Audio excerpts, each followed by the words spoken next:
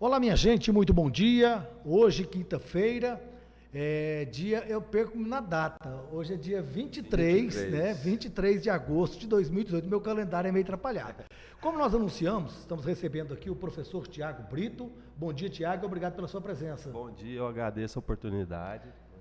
E estamos recebendo também o nosso, já faz parte aqui do nosso patrimônio, o professor Zé Mateus, da faculdade, da FASEG, Faculdade Evangélica. Obrigado. Ele que é o idealizador desse quadro. Obrigado, Mateus, pela sua presença. Bom dia, Jamil, bom dia a todos os telespectadores aí. É uma alegria, uma satisfação poder vir aqui hoje nessa mesa redonda discutir um pouco sobre a nossa realidade, a realidade política, social do Brasil. Pois é, ontem, conversando com o Mateus, para a gente discutir qual seria o tema a ser abordado hoje. Aí, tá, vamos lá, política, porque é o que está na moda agora, né? Nós estamos em plena campanha eleitoral 2018, escolha de presidente da República, senador, deputado federal, deputado estadual, e é a hora do eleitor ter a visão do que realmente é para o Brasil. Mateus, vale a pena votar? Jamil, essa é uma pergunta interessante. Primeiro que existe hoje um desencantamento por parte do eleitor em relação ao pleito que vem aí.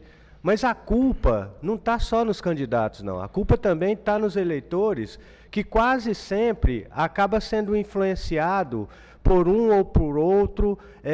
Muitos eleitores que têm uma visão meramente do que eu vou receber em troca para eu dar o meu voto, do eleitor que agora é vítima de grande parte dos políticos que vem apresentar ações que foram desenvolvidas como se fosse do político, ao passo que na verdade foi fruto dos impostos que foram pagos, mas eu acredito que vale a pena e nós devemos votar sim. Agora, é preciso ter vergonha na cara, consciência, equilíbrio e saber discernir o joio do trigo, porque o que tem de candidatos picaretas, candidatos que não vão fazer nada mais, nada menos do que o continuismo de utilizar a máquina pública em benefício próprio, não está escrito. É preciso mais do que nunca que exista um equilíbrio por parte do eleitor em saber em quem votar e tendo a certeza, a convicção que o voto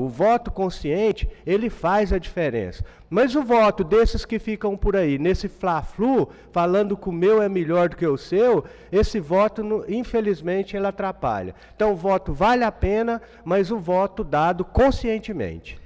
Professor Tiago Brito, desculpa.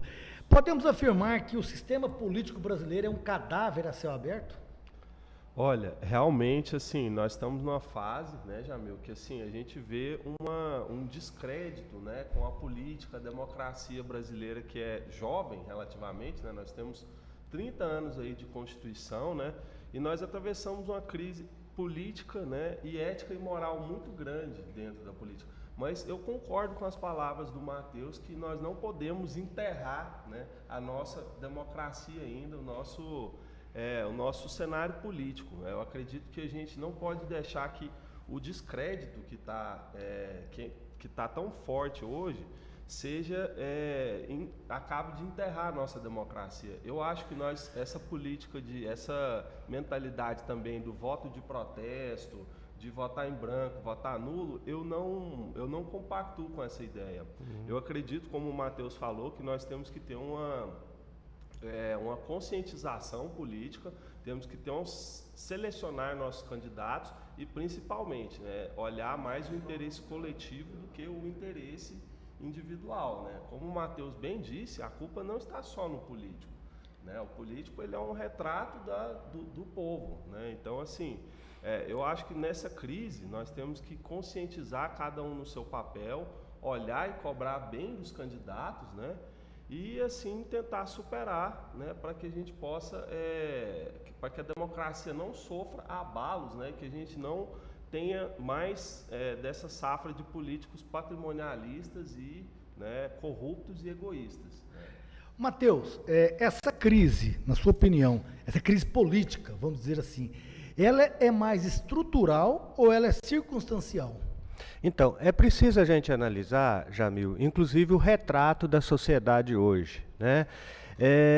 Se a gente for analisar bem, A sociedade hoje ela é extremamente antagônica. Por um lado, a gente vê um avanço muito grande. A tecnologia que está aí, a gente vê um avanço em vários setores do dia a dia do ser humano, mas em contrapartida, no campo político, realmente a crise está instalada.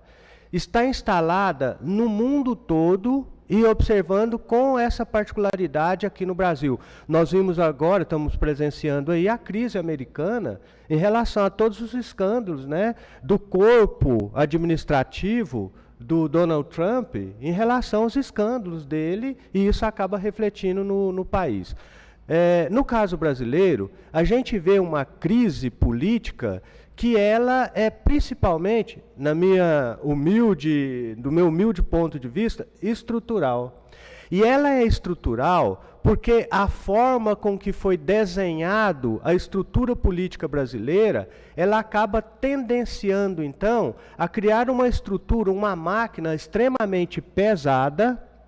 Se a gente for analisar, observe bem o que o poder público faz para a coletividade. Nós temos um poder público hoje, nas 3 esferas, executivo, legislativo e judiciário, pesado, caríssimo. Um deputado, um governador, um prefeito, um vereador, um senador, é caríssimo, é caríssimo. Quem paga a conta somos nós, é o empresário, é o trabalhador, etc. E a gente vê uma máquina pública que é extremamente ineficiente, então é estrutural. E isso vem exatamente em função da forma que os direitos foram gerados aqui, principalmente no Brasil, em detrimento aos países desenvolvidos, mesmo Estados Unidos, Europa, etc. Nesses países desenvolvidos, primeiro nós tivemos os direitos civis, político e depois social. Então, a máquina estatal, ela é uma máquina onde a própria população cobra mais, tem uma consciência maior. No nosso caso, foi gerado primeiro os direitos sociais, depois os direitos civis e depois os direitos políticos. Então, a população acostumada em cada vez mais, né, esperar o que o Estado pode fazer por mim, é que a gente vê que esse Estado aproveita a vulnerabilidade das pessoas e acaba fazendo com que política no Brasil é profissão. Não existe isso, e a democracia? Como é que fica? Era o período temporário, hoje não, né? Pois é. Eu fico pensando, o político, quando ele vai fazer um cadastro no banco, qual é a profissão dele? Pois é, então. Na CLT consta, político não, né? Político não consta. E tem outro agravante. Aí, o fulano sai, fica o filho, depois fica o neto, você vai vendo o rastro. E aí você não espera nada, que aconteça nada de novo. Então existe um aspecto estrutural da crise política brasileira, que está aí aberta para todo mundo ver, e nós precisamos ter uma consciência nova. O que faz, na verdade, são um grupo de políticos. É preciso colocar que existem bons políticos brasileiros, que são engolidos pela maioria, né? De generalizar, né? É verdade. É corrupto, o político é isso, mas existem os bons também. Né? Existe, que é uma minoria. Diga-se de passagem, né?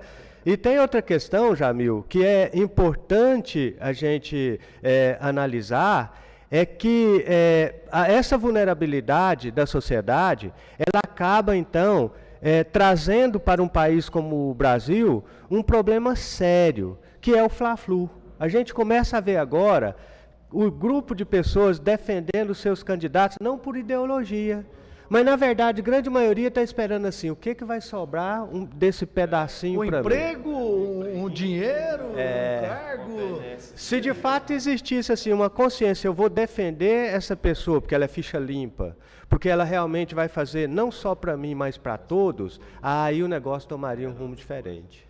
Eu diria até que a política é mais do que uma profissão, hoje é um negócio, né? Que é pior ainda. Tornou-se um negócio. Tornou-se um negócio, né? Mercadológico mesmo, né? O eleitor fornece o voto e o político, né, esperando algum cargo, algum benefício próprio, né? Então, assim, virou uma relação comercial. Verdade. Tiago, você acredita que para sairmos dessa crise política seria necessária uma reforma política? Que essa reforma política no Brasil, ela virou utopia, né? Duas reformas, da Previdência e a reforma política. Você acredita que ela é necessária para mudar esse estado de coisa? Olha, talvez nós talvez seja necessário algumas modificações, mas eu não acredito essa questão da reforma política como uma solução mágica. Eu acho que é a mesma coisa daquele messianismo político que a gente quer colocar, né, um candidato ali que vai resolver tudo, né? A gente tem vários nomes da moda, né? Seja em município, estado ou no país mesmo, né, para a presidência. Então, assim, eu acho que reforma política, se essas coisas funcionassem, né, essas mudanças, então, a gente já teve o quê? 7 constituições, várias constituições, né? É aquela velha máxima, ninguém legisla contra si. Ninguém vai Isso. criar leis Mas que aí- venham se que vai prejudicar. te- É claro, isso aí é Mas, utopia Tiago mesmo. e Jabel, aí que tem uma questão que eu acho que é de fundamental importância a gente observar, e eu acho que a população precisaria estar um pouco mais atento, o eleitor, em relação a essa questão aí. Por quê? Primeiro, nos 2 debates maiores dos candidatos, dos presidenciáveis, promovido pela Bandeirantes e pela, acho que, não sei se foi a Rede TV, Rede parece? TV, né? foi isso? O que acontece? Nós precisamos ficar atentos, o Brasil só vai ter jeito se tivermos 3 reformas que são urgentes, que é a reforma política, a reforma tributária e melhorar a reforma trabalhista. Então, a reforma política, tributária e trabalhista. Por quê? O país, eu penso, só vai ter uma alavancada à medida que tiver, primeiro, a reforma política que vai abrir precedentes ou meios para que se tenha a reforma previdenciária e automaticamente a reforma trabalhista se efetivar, não de cima para baixo. Agora, quais são as dificuldades? Primeiro, existe um corporativismo nesse Congresso Nacional nosso que você acha que, de fato, o Poder Executivo, que está na mão do Poder Legislativo, ele vai ter força para fazer com que esse grupo que está lá no Congresso Nacional, nas 2 casas, tanto no Senado quanto na Câmara dos Deputados, vai fazer com que, de fato, a reforma política aconteça?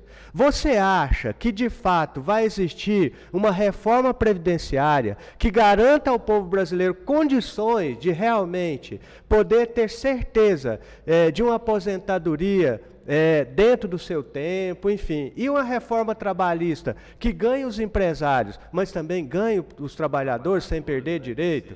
E eu não vi nesses 2 debates nenhum candidato, tá, colocar que o que ele vai buscar é um diálogo muito forte com o Congresso para que se pavimente as reformas. Então, se não existir isso, esses discursos que estão colocando aí nesses debates é para inglês ver. O Brasil não vai dar conta. E a gente corre um sério risco se não acontecer essas reformas, eu penso. Sim, eu concordo que temos que várias reformas, inclusive a legislação trabalhista, principalmente, bem apontado, né? A gente tem que chegar numa aproximação entre o interesse do empresário e do trabalhador, né? O que eu penso assim é que não podemos colocar também com a reforma política como a mágica, assim, uma coisa que vai, né, que vai sanar Ricardo, os mas problemas, né? Seriam coisas pontuais, né?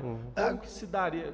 É muito difícil essa reforma política, esse processo realmente, porque o executivo e o legislativo não, né? Como você disse, Matheus, o executivo está nas mãos do legislativo. E a gente viu nesse governo atual agora, né, que praticamente tem que ter o executivo tem que molhar a mão do legislativo para conseguir. Prostituição, na verdade. Só um número aqui. Eu fiz uma pesquisa e eu fiquei estarrecido. O TSE, segundo o TSE, 35 partidos são registrados no Brasil e estão aptos a disputar as eleições. E existe hoje, tramitando no TSE, 73 partidos em processo de formação. Isso seria bom para a democracia, Ricardo? Ô, Tiago? Isso é O Ricardo é o péssimo. pai dele, eu tô Ricardo é pai dele. Desculpa, Tiago. Elogio. Seria saída do país essa criação de tantos novos partidos? Rapaz, esse é um problema sério mesmo. Isso não ajuda a democracia, pelo contrário.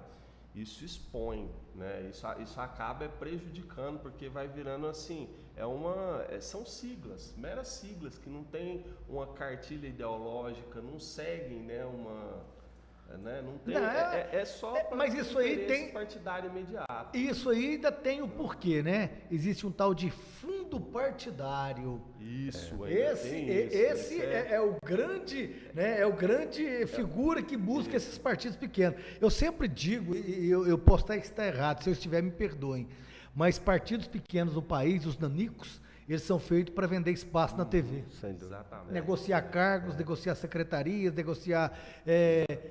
são criados para isso. Após os nossos comerciais, nós voltaremos aqui com o professor José Matheus e também com o Tiago Brito, nesse quadro Mesa Redonda. Após os nossos comerciais, voltaremos com esse tema. Vale a pena votar? Depois do sucesso da edição de 2017... Never thought I would be okay. Ele está de volta. Baile do Havaí 2018. Sábado, dia 25 de agosto, no Clube Campestre de Goianésia. Olha aí. No palco, Banda Gênese, a melhor banda de baile do Brasil. Vê se não esquece. Uma noite inteira de open bar, toneladas de frutas e caldos na madrugada. Vai. Realização: Clube Campestre de Goianésia. Patrocínios: Frente Conexão Sem Limites, Jales Machado e Cicobi Emprecred.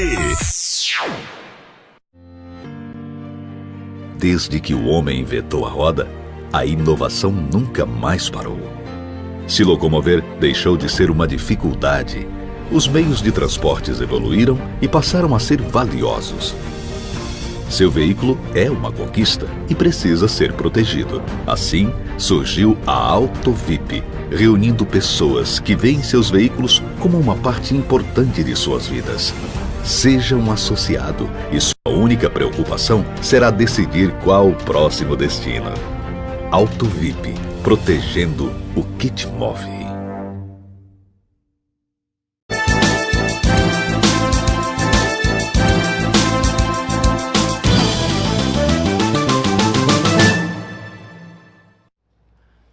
Estamos de volta com o programa Voz do Povo no quadro Mesa Redonda. Matheus, agora há pouco nós falamos da questão crise política. E esse vácuo agora, Lula, presidiário por corrupção e candidato a presidente da República, liderando todas as pesquisas de opinião pública. É muito interessante isso. Eu fico olhando, Jamil, se chegasse uma pessoa aqui que morreu não vamos longe não, 30 anos atrás, que via um país extremamente equilibrado em relação à questão da legislação, e não que eu seja tão saudosista assim, mas ele espantaria quando visse que, na verdade, o pleito, né, o certame político brasileiro, ele tem candidato de todo quanto é tipo, né? Inclusive que está na cadeia liderando a pesquisa. É um negócio meio esquisito, né?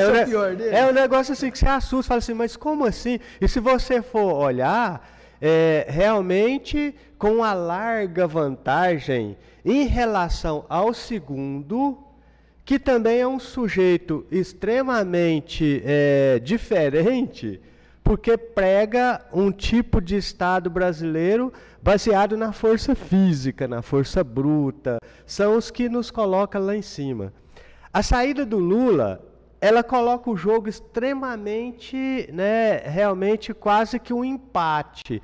Muito embora nós temos aí o Bolsonaro, que destaca um pouquinho, mas logo no vácuo está chegando a Marina. Que é outra. Que também é uma figura que você olha assim e fala, bom, vamos preservar o mico-leão dourado, não vamos derrubar os pés de peso, mas é preciso que tenha um candidato a presidente da República com um punho firme, etc. E a gente vê uma certa decadência. Que esse punho não seja para meter a mão na gaveta, né? É verdade.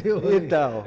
E aí a gente olha... O usado foi com outra finalidade. Já foi muito então, assim, é algo totalmente estranho, diferente, e que faz com que o eleitor, mais do que nunca, muito ao contrário de, como eu já vi vários aí falando assim, não vou votar não, porque não compensa. Não, tem que votar. É preciso olhar nesse quadro aí e fazer aquele exercício. Quem tem ficha limpa nesse jogo aqui? Vai ser difícil também, hein?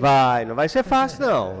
Realmente, quem de fato tem a melhor proposta, e eu volto a insistir, Jamil e professor Tiago, que na verdade a questão da reforma política, a questão da reforma tributária, previdenciária e a questão da reforma trabalhista, a melhoria dela, precisa estar na pauta. Até agora, nesses primeiros discursos, o que a gente viu foi aquele oba-oba, esse diz que me diz, que todo candidato... Ataques pessoais, como sempre. Ataques pessoais, é brincadeira. Aqui no estado de Goiás... Mesmo, nenhuma, né? Aqui no estado de Goiás, a gente está assistindo, na verdade, não propostas, mas o apontar o dedo, a arrogância, ou então um estilo de fazer política. Tá tipo uma batalha medieval. Um ataca, o outro ataca e proposta, projetos nenhum. E aquele estilo que a gente já viu que não dá certo de fazer política, né? É preciso que os candidatos também façam o exercício, né, de realmente poder repensar. Então, esse vácuo do Lula, ou a condição do Lula hoje, na questão da candidatura a presidente da República, ela deixa uma margem também, aqui a gente precisa fazer justiça, que a popularidade do Lula se deveu principalmente em relação à política social dele, que, criticada ou não, foi uma política que deu conta de realmente dar um up na questão brasileira, no que pese ter sido também um período macabro de muita corrupção. Inclusive, Matheus, o Lula, com esses tantos de bolsas, né? Ele quebrou a Previdência e quebrou os velhos aposentados com aquele empréstimo consignado. Aquilo para o brasileiro é uma aberração. Hoje todos os velhos, vamos dizer velhos assim, os aposentados, tirar esse estigma de velho, os aposentados do Brasil, ele deve para algum banco. Porque ele fez um empréstimo consignado na iminência de pegar um dinheiro para sair da crise, e ele fez o quê? Ele atolou numa crise financeira, porque é impagável. Aqui é uma armadilha. Já viu? E aí que está uma questão que nós precisamos analisar, da falta de consciência do grande parte do eleitorado brasileiro, que quando fala assim, as bolsas, não sei o quê, as benesses, foram políticas públicas que tiveram um respaldo socialmente falando, mas que tinha uma perspectiva de manutenção no poder.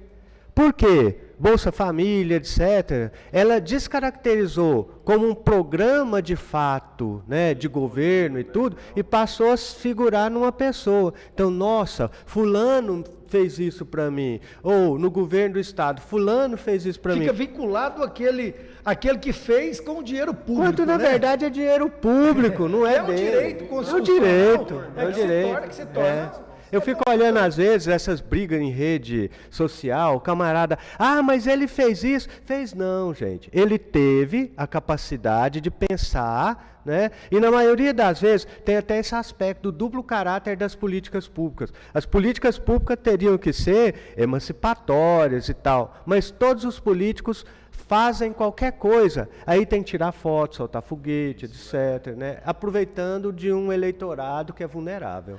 Tiago, nós vivemos num país hoje que as pessoas têm uma certa apatia aos políticos. Isso se dá a qual fator? Olha, isso se dá justamente a essa sucessão de escândalos, de questão de corrupção, questão moral, então assim, gerou um descrédito, né, com relação à figura do político. E pegando assim um gancho, né, na fala anterior, essa questão também eu acredito que a gente precisava de uma reforma também cultural. Essa é a mais importante. Essa é mais importante e mais difícil, né? Que está o problema. Porque essa visão patrimonialista, para mim, que é um grande problema, né? Que, como o professor Zé Matheus falou, né, eles apropriam, né, uma coisa que é uma política pública, eles personalizam aquilo, né? Viram uma coisa eleitoreira, imediatista, né? Então isso vai assim, acabando com o pensamento político da população, né? Eles vão acabando virando massa de manobra mesmo. Eu acredito que nós precisamos resolver essa cultura que foi legada da colonização portuguesa, né? Que é o patrimonialismo, que é a confusão do espaço público com o privado. Né? Você pegar aquela coisa, a figura do político foi o fulano que me deu a bolsa, o fulano que me deu a... Então isso acabou gerando assim né, um distanciamento. Não, e a questão da falta de credibilidade do político, hoje literalmente nós podemos dizer que o Lula vai dar uma entrevista em cadeia nacional, né? Um candidato a presidente da República, que é líder em todas as pesquisas de opinião pública para presidente da República, e ele pode dar uma coletiva em cadeia nacional. Então, literalmente esse pode. Literalmente esse aí. Ô, Matheus, e na sociologia, como é que entender essa atual situação brasileira hoje no que tange a política? Porque esse descrédito, como que a sociologia entende isso? Tem, inclusive, um teórico chamado Peter Singer, ele coloca um pouco essas questões, corroborado aí pelo Pierre Levy, que é outro cara que fala assim, na verdade, a sociedade hoje, ela é influenciada pela tecnologia. O que mudou hoje é que essa comunicação que a gente está fazendo hoje, que com certeza tem várias pessoas assistindo, até então não existia. Então, por isso que, no campo da sociologia, todo esse aspecto vinculado à política, hoje é melhor disseminado e mais aberta a discussão. Então, a pessoa, ela tem o contato, ela pode decidir em relação a essa questão daquilo que é negativo com aquilo que é positivo, porque a comunicação ela intensificou demais. Basta ver isso, que tudo que você vai olhar hoje, tem um santinho de um candidato, você entra nas redes sociais, tá cheio. Se não tiver um crivo, as pessoas ficam o dia todo, o tempo todo, postando coisas do seu candidato. Agora, então, preciso analisar que essa sociedade, ela continua vulnerável. Porque como não existe essa questão cultural de dar conta de discernir, de uma forma em geral, o bom político do político aproveitador, é necessário que a gente ajude com esses espaços que a mídia oferece hoje para a gente, muito mais fácil do que naquela época que só tinha o rádio, só tinha o horário eleitoral. E naquela época o pessoal ainda perdia um tempinho para ouvir, né, Matheus? Isso. Tem rádio. Hoje, quando fala assim, horário político eleitoral, todo mundo desliga. E tinha outra questão também que eu acho que a sociedade hoje, nessa mesma linha que você questiona, evoluiu demais, é porque até bem pouco tempo, é o seguinte, o pai chegava para a família e falava, esse ano nós vamos votar no Zé. Todo mundo votava. Era o famoso voto de cabresto. Voto de cabresto. E hoje não. Hoje na minha casa, um exemplo, eu sento com meu filho e falo, pai, eu vou votar no fulano porque eu olhei, o outro já fala diferente. Então nisso a sociedade evoluiu. Eu voto lá em casa, nunca acertei. Mas pois é. Lá em casa nós somos aí 5 eleitores, eu nunca combinei um voto com ninguém. Você votou depois, que você votou em quem? No Zé, ia ser numa nessa. Mas nós nunca combinamos voto, porque eu acho que a democracia nos dá esse direito. Então isso mostra que a sociedade evoluiu nesse campo, demais. Porque não tinha escolha. Antigamente quem votava era a família, né, Matheus? Era a família. A família Matheus vota no candidato. E quem definia era geralmente extremamente patriarcal. O pai falava, olha, esse ano nós vamos votar no Chico, porque o Chico e tinha toda uma hierarquia. O pai falava porque o outro chefe político tinha falado com... E ai de você que fosse se fugisse dessa... Então, eu acho que a sociedade hoje, em função da comunicação, ela abriu, nesse campo abriu muito, né? Existe uma emancipação maior, a democracia brasileira, eu acho que ela está mais ou menos consolidada nessa perspectiva, né? De ter um Estado democrático, de direito, de fato, onde a gente pode brigar, né? Agora é preciso brigar mais. Tiago, vou te fazer uma pergunta aqui, na questão de ideologia. Nós observamos que no Brasil, um dos grandes militantes e atuantes do PT na criação era a família Matarazzo, que eram de industriais riquíssimos em São Paulo. Nós temos exemplos no Brasil afora de petistas que antigamente se dizia que a ideologia era de esquerda, né? Era um socialismo. Dá para dizer que hoje esses partidos têm ideologia ainda ou isso acabou? Olha, é muito complicado isso, né? Porque assim, você pega o partido hoje que defende, assim, por exemplo, a gente tem a esquerda seria quem? O PSOL, né? Vai desde o PSOL até aqui os radicais são poucos, radicais, né? Esses, eu acredito que eles têm uma fidelidade maior com a cartilha ideológica deles. Os ex-gorbeiros sou contra. Eu sou contra. Aquele Esses caras aí mantém. A turma do Che Guevara, a esquerda radical mantém. Agora, os partidos que já passaram pelo poder ou que têm uma grande chance de atingir, que estão ali na cúpula, esses eu não acredito que eles têm que a gente pode classificar eles de uma forma ideológica. Acredito que a ideologia deles é o poder pelo poder, algo que, por exemplo, o MDB, né, que era o herdeiro ali, lá do PMDB, do Ulisses Guimarães, a gente não pode... O que o MDB é? De centro? Perdeu a essência, né? Perdeu a essência. Ele não tem um compromisso, assim, né? Porque, historicamente, a UDN, a Arena, a PFL, DEM, sempre tiveram essa linha de direita conservadora, né? E MDB era aquele meio que radical, mas não radical. Aí surgiram os PC dos Bs da vida, os T, né? PDB, PTB, PDT, e esses eram os de esquerda, que de esquerda não tem nada. Não tem só mais questão nada. fisiológicas, né? Isso, é só E fisiologia. a ideologia nenhuma. Só para contribuir com essa questão, outro fator também que a gente dava conta de observar, que o que caracterizava a esquerda estava muito vinculado a um Estado mais robusto, né? Um Estado que era estatizado. E a direita, um Estado, né, menor. Mas o que eu vejo hoje, Jamil, nessa linha que o professor Tiago coloca, é que hoje os partidos estão muito mais vinculados a grupos, a corporativismo, não é nem a questão de bandeiras ideológicas. Essa bandeira ideológica acabou. E a gente vê claramente, quando começa, de repente, chega um candidato a deputado, sei lá, estadual, federal, aquele grupo de determinado segmento social apoia ele, porque ele prometeu ajudar a construir não sei o quê, o outro grupo... Olha o Congresso nosso, ele é corporativista, ele não é um Congresso ideológico, com bandeiras ideológicas. Tem bancada não sei o quê, bancada não sei o quê, bancada não sei o quê. Bancada sindicalista. E aí você vê dentro das bancadas, gente de todos os partidos, um caldeirão. Acabou a ideologia no Brasil. Você dá um exemplo prático, local. O Renato de Castro foi eleito a deputado estadual em 2014 na sigla PT. Quer dizer, PT, historicamente, é o quê? Uma esquerda, um socialismo. O Renato, ele e seu pai são dos maiores latifundiários de Goianésia e região. Então não justifica você dizer que olha, eu sou petista e tenho aí enormes fazendas e produtor rural. Então fica uma incoerência essa questão, então perdeu.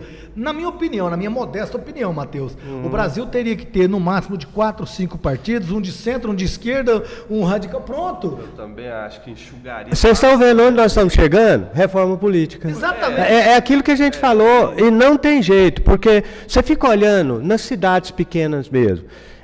Quando fala assim, nossa, surgiu um político, logo tem alguém na cidade que fala assim, não, eu já ouvi isso várias vezes, vocês também, o cara fala assim, não, o P não sei das quantas é meu. Ele toma o partido como dele, ele usa a sigla partidária e ele sai daquilo lá como um cheque a ser assinado com alguém, para depois ele usufruir disso aí. É o fundo partidário, quantos cargos eu vou ter, né? Na prefeitura ou no governo estadual. Então é triste isso. O pluripartidarismo, eu acho que ele é importantíssimo, ele demonstra maturidade democrática, mas assim, essa prostituição partidária que a gente vê aí, todo dia surge um partido novo e um partido que não tem bandeira, difícil. Bazar, né? Virou um balcão de negócio.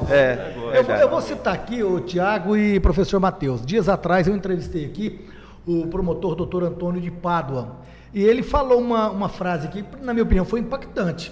Ele disse que o eleitor brasileiro é uma verdadeira prostituta. Ainda ele usou a expressão puta. Com uma diferença. Que a prostituta vende o que é dela, o corpo, e o eleitor vende o que não é dele, a democracia. Eu acho que teve um radicalismo muito grande aí, porque eu acho que assim, tem eleitores extremamente conscientes, assim como tem políticos muito bons. Mas uma grande maioria que não são. É verdade. Não podemos generalizar isso, né? A gente não pode generalizar, mas infelizmente o que acontece é que essa maioria, tanto do eleitor, né, quanto do político corrupto ou né? Ele vai manchando as Ele urnas. vai manchando, vai engolindo. Então, assim, o que acaba aparecendo, o que sobressai, é essa maioria comum. É aquele que não presta, sobressai aos... E eu não sei se vocês observam também, assim, o despreparo da maioria dos candidatos. Tem candidato a deputados aí que, se você falar assim, bom, qual Tinha que ter que uma é... escolha antes, um critério para isso. Precisa, porque o que acontece?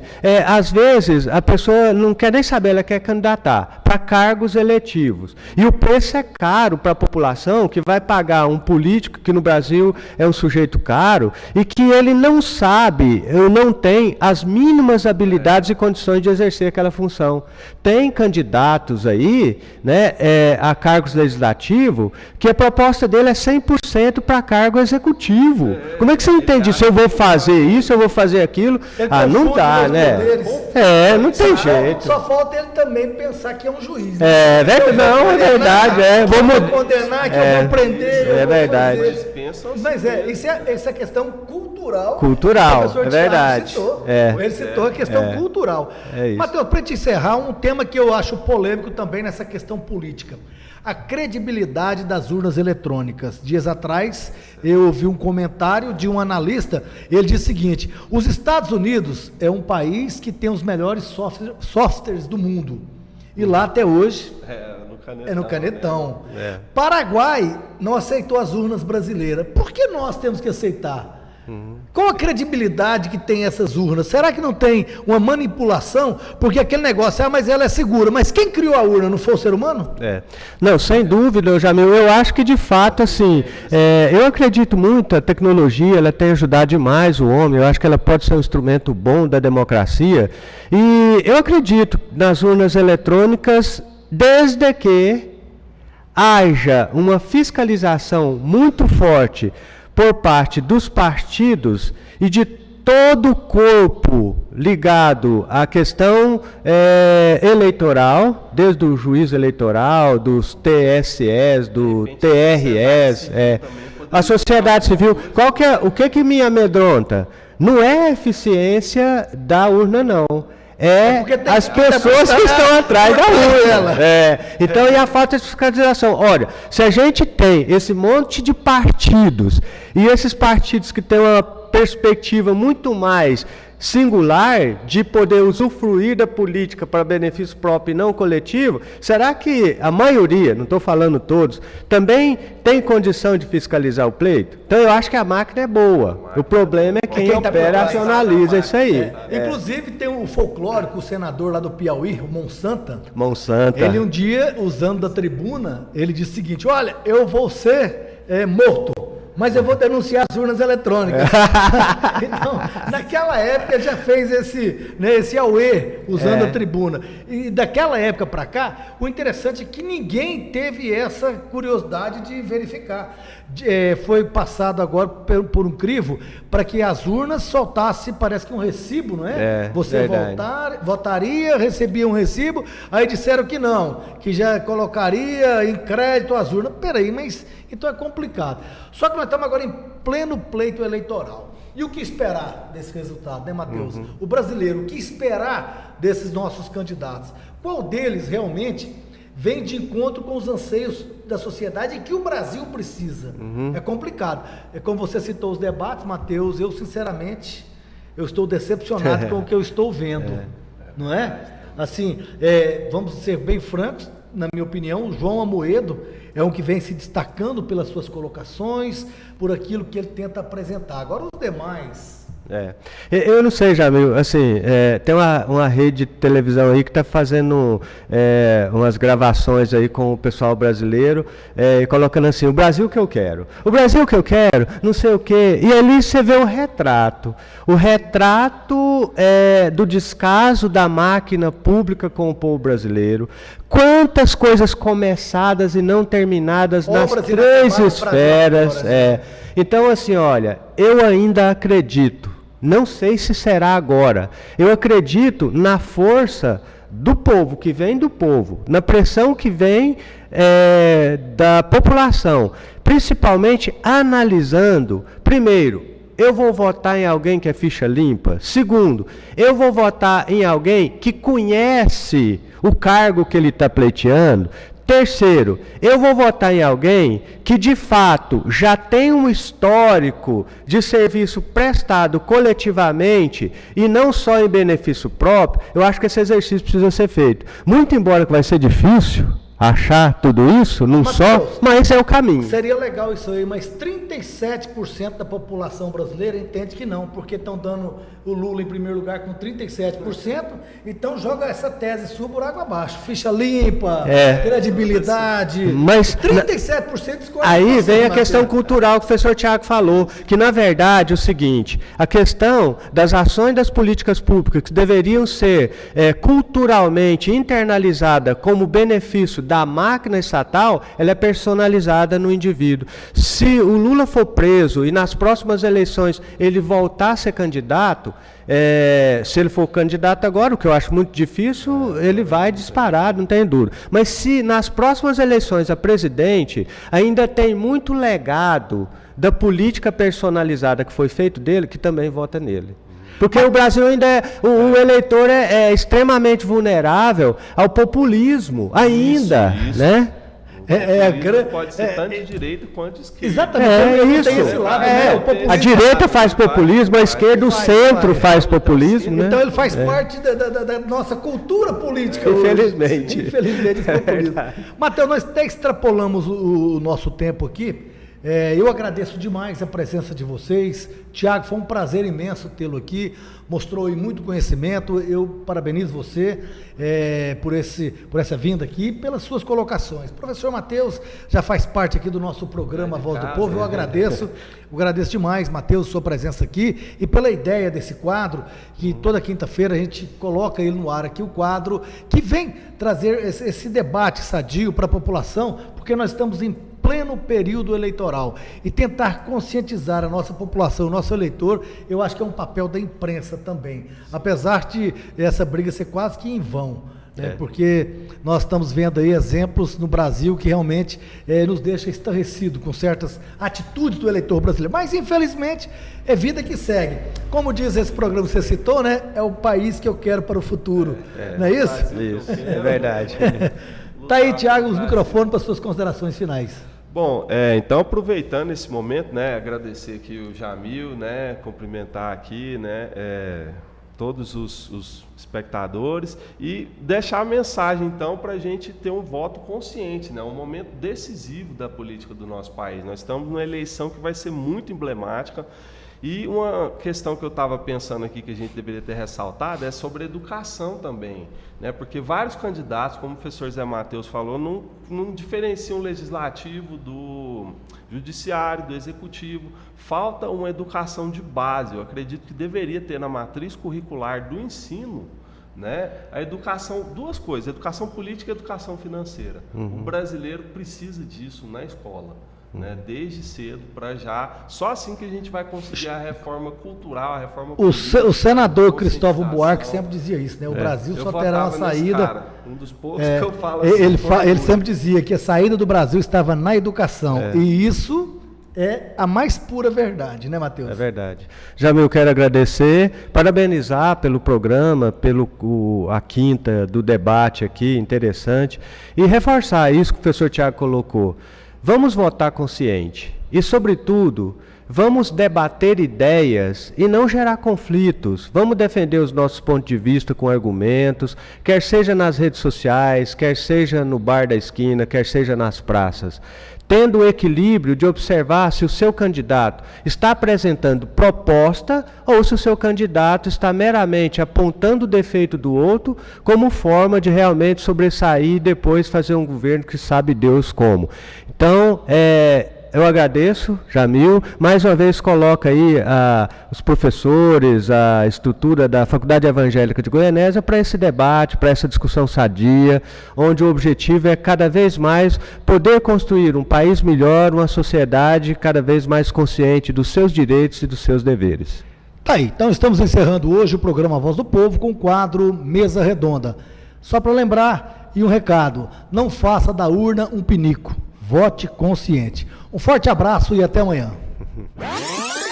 Depois do sucesso da edição de 2017, Never thought I would be okay. Ele está de volta. Baile do Havaí 2018. Sábado, dia 25 de agosto, no Clube Campestre de Goianésia. Olha aí. No palco, Banda Gênese, a melhor banda de baile do Brasil. Sol, vê se não esquece. Uma noite inteira de open bar, toneladas de frutas e caldos na madrugada. Vai. Realização: Clube Campestre de Goianésia. Patrocínios: Frente Conexão Sem Limites, Jales Machado e Cicobi Emprecred. Desde que o homem inventou a roda, a inovação nunca mais parou. Se locomover deixou de ser uma dificuldade. Os meios de transportes evoluíram e passaram a ser valiosos. Seu veículo é uma conquista e precisa ser protegido. Assim, surgiu a AutoVip, reunindo pessoas que veem seus veículos como uma parte importante de suas vidas. Seja um associado e sua única preocupação será decidir qual o próximo destino. AutoVip, protegendo o que te move.